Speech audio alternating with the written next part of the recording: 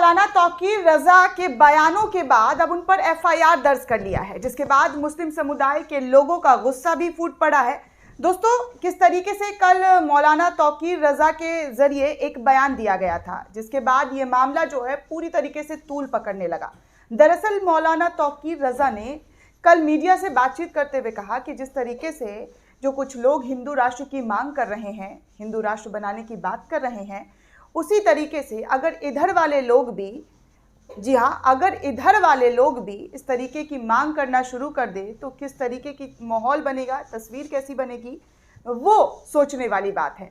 जिसके बाद अब उनके खिलाफ एफआईआर दर्ज हो गया है और इस एफआईआर के बाद किस तरीके से लोगों के रिएक्शन आ रहे हैं वो आपको मैं बताऊंगी। लेकिन उससे पहले आपको मैं पूरी जानकारी दे दूं कि कैसे जो है मौलाना तौकीर रजा की बातों पर विवाद छिड़ा।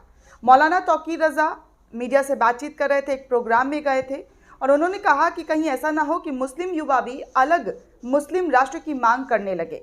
मौलाना तौकीर रजा का विवादित बयान, इस तरीके से तमाम टेलीविज़न चैनल पर जो है बड़े बड़े स्क्रीन के साथ मौलाना तौकीर रजा के बयानों को विवादित करार देते हुए हेडलाइंस के साथ डिबेट शुरू हो गया। लेकिन क्या कभी आपने सुना है दोस्तों कि कैसे जो है कई सारे लोग, इनफैक्ट आपको याद दिला दूं, बाबा बागेश्वर धाम जैसे जो साधु संत हैं, जो बाबा हैं, जो बैठकर हजारों लाखों फॉलोअर्स के सामने, अपने पूरे पंडाल के सामने हिंदू राष्ट्र की मांग करते हैं। खुद मीडिया चैनल पर बैठकर हिंदू राष्ट्र की मांग की जाती है और इस मांग को करते हुए मीडिया वाले भी कैसे मुस्कुराते हैं। देखा होगा आपने वो तमाम वीडियो कि बाबा बागेश्वर धाम पहुंचकर माइक, कैमरा, एक्शन के साथ पूरा ढिंचैक करके खबर चलाया जाता है और बाबा मांगते हैं कि हम अखंड भारत बनाएंगे, हिंदू राष्ट्र बनाएंगे। लेकिन तब ऐसे लोगों पर कोई एफआईआर दर्ज नहीं होता है। हुआ है एफआईआर दर्ज, देखा है आपने? कई ऐसे साधु संतों को देखा है दोस्तों कि वो खुल्लम खुल्ला हिंदू राष्ट्र की मांग करते हुए नजर आए हैं, तलवार उठाने की बात की है, घरों में चाकू छुरी रखने की बात की है। तो क्या ऐसे लोगों पर एफआईआर दर्ज हुआ है? लेकिन मौलाना तौकीर रजा ने कहा कि अगर एक्शन का रिएक्शन होता है तो इस पर एफआईआर दर्ज कर लिया गया और एफआईआर दर्ज करते हुए इस खबर में क्या लिखा गया है वो मैं आपको बता दूं। सबसे पहले दोस्तों जी न्यूज़ की तरफ से, जी हाँ, जी न्यूज़ जो है राष्ट्रवादी चैनल, उसने लिखा कि मौलाना तौकीर रजा पर भड़काऊ बयान देने के आरोप में एफआईआर, पीएम मोदी के लिए कहे थे अपशब्द। ये चीज़ें हैं इस खबर में। आपको बता देती हूँ कि पीएम मोदी के लिए क्या अपशब्द कहा गया है मौलाना तौकीर रजा की तरफ से, वो भी आप जान लीजिए। लेकिन सबसे पहले आपको बता दूं कि इस खबर को क्या लिखा गया है। इस खबर में लिखा गया है कि इत्तेहाद मिल्लत काउंसिल के राष्ट्रीय अध्यक्ष मौलाना तौकीर रजा पर भड़काऊ बयान देने के आरोप में गंभीर धाराओं में मुकदमा दर्ज कर ली गई है। जी हाँ दोस्तों, यहाँ पर ध्यान दिलाने वाली बात है कि गंभीर धाराओं में मामला दर्ज हुआ।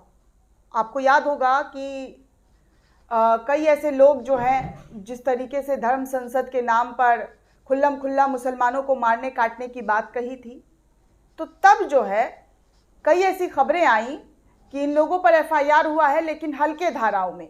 लेकिन मौलाना तौकीर रजा के बयान पर गंभीर धाराओं में मुकदमा दर्ज कर लिया गया। और धारा क्या क्या है मैं आपको बता देती हूँ। धारा 153A, 295, 505(2) के तहत केस दर्ज किया गया है। ये मुकदमा मुरादाबाद के थाना नागफानी में दर्ज हुआ है। पुलिस सोशल मीडिया पर वायरल सभी वीडियो को जांच में शामिल करते हुए कार्रवाई करेगी। इस वजह से इन्होंने इस तरीके की गंभीर धाराओं में एफआईआर दर्ज की है। अब बयान क्या है वो आप सुन लीजिए। बरेली मसलक के धार्मिक नेता और इत्तेहाद मिल्लत परिषद के मुखिया मौलाना तौकीर रजा ने हिंदू राष्ट्र की चर्चाओं के बीच मुस्लिम राष्ट्र की मांग छेड़ दी। उन्होंने ऐसा मांग छेड़ने वाली बात अगर आप वीडियो में भी देखेंगे तो ऐसे ही है नहीं दोस्तों, जिस तरीके से यहाँ पर कोट किया गया है।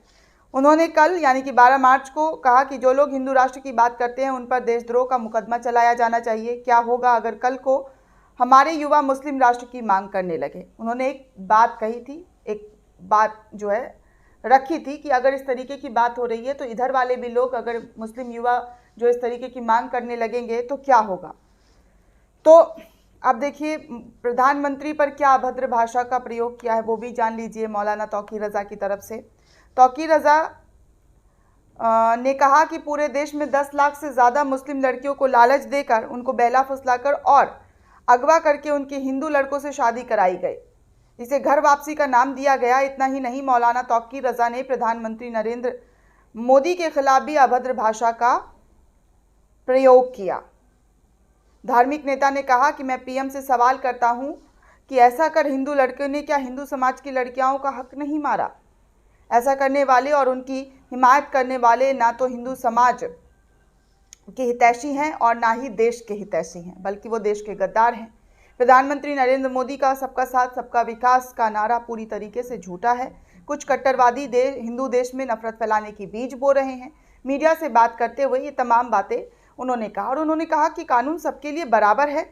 सरकार जब खालिस्तान की मांग करने वालों पर देशद्रोह का मुकदमा दर्ज करती है तो हिंदू राष्ट्र की मांग करने वालों पर भी देशद्रोह का मुकदमा दर्ज करना चाहिए, लेकिन सरकार ऐसा नहीं कर रही है। उन्होंने कहा कि वो किसी कीमत पर देश को बांटने देना नहीं चाहते हैं। जो लोग हिंदू मुस्लिमों को बांटना चाहते हैं उनकी शिनाख्त कर कार्रवाई की जानी चाहिए। मौलाना का बयान सोशल मीडिया पर वायरल हो रहा है। उसी को लेकर अब मुरादाबाद में जो है एफआईआर दर्ज कर ली गई है। अगर कायदे से देखा जाए दोस्तों, तो जिस तरीके की बातें कही है मौलाना तौकीर रजा ने, उन्होंने हिंदू राष्ट्र ना ही मुसलमान राष्ट्र की मांग की है। अगर आप इस दोनों बयानों को मिलाकर देखें, उन्होंने कहा कि एक्शन के बदले अगर इधर से रिएक्शन होने लगे तो क्या होगा। तो इसी बात को लेकर अब सचिन गुप्ता की तरफ से लिखा गया है कि यूपी में मुरादाबाद में मौलाना तौकीर रजा पर एफआईआर हुई। पीएम पर अमर्यादित टिप्पणी का आरोप है। बदायूं में मस्जिद के इमाम पर युवाओं को कत्लेआम के लिए उकसाने के आरोप में एफआईआर इन पर की गई है। तो इस तरीके से इन्होंने ये खबर जो है बताई है। आगे देखिए, आदित्य तिवारी लिखते हैं कि भड़काऊ बयान देने के मामले में तौकीर रजा पर एफआईआर हुआ है, मुकदमा दर्ज हुआ है।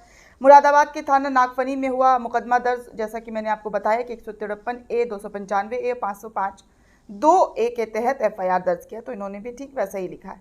अब देखिए, वसीउद्दीन सिद्दीकी लिखते हैं कि संविधान के नज़रिए से दोनों ही बयान सही नहीं है, मगर मीडिया का नज़रिया बड़ा ही तंग है। मौलाना तौकीर रजा बयान दे तो वो विवादित हो जाता है और बाबा बागेश्वर धाम के शास्त्री धीरेन्द्र शास्त्री बयान दे तो वो बयान कहलाता है। तो इन्होंने दोनों बयान को कोट किया है, एक तो तौकीर रजा का और दूसरा धीरेन्द्र शास्त्री का।